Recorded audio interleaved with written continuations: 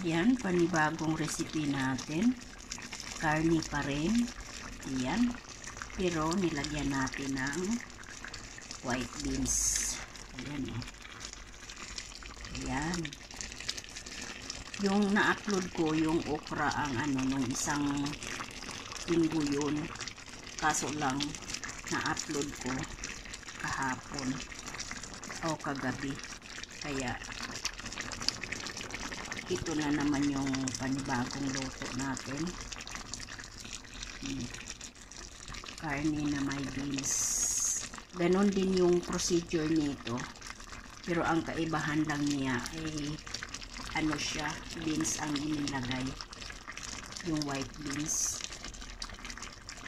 Yung beans na to, yung yung ready to eat na beans, pareho sila pero ito siya hindi siya luto. Talagang ibinabad, magdamag, tapos nilaga, isinabay siya sa karne. Kaya iyan na siya. Itong luto na. Tapos, ito yung yung kanin.